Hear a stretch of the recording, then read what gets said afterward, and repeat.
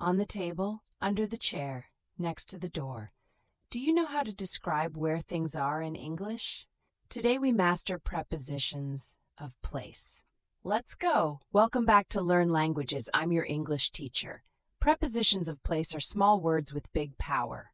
In, on, under, next to. They tell us where something is. Let's learn them all. Section 1.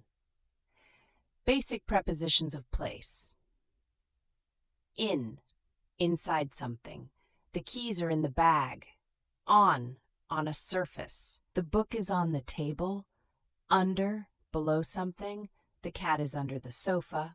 Above or over, higher than. The lamp is above the desk.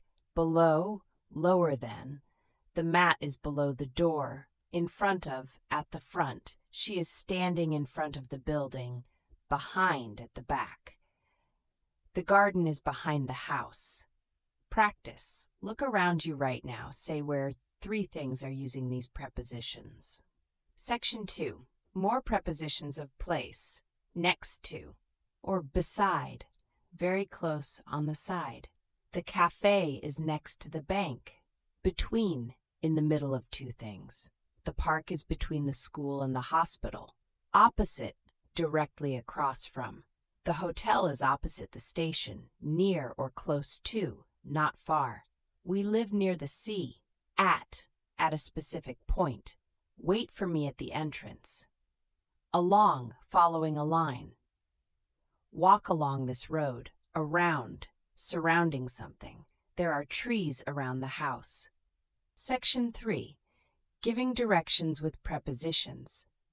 Prepositions of place are essential for giving directions. The supermarket is on the left.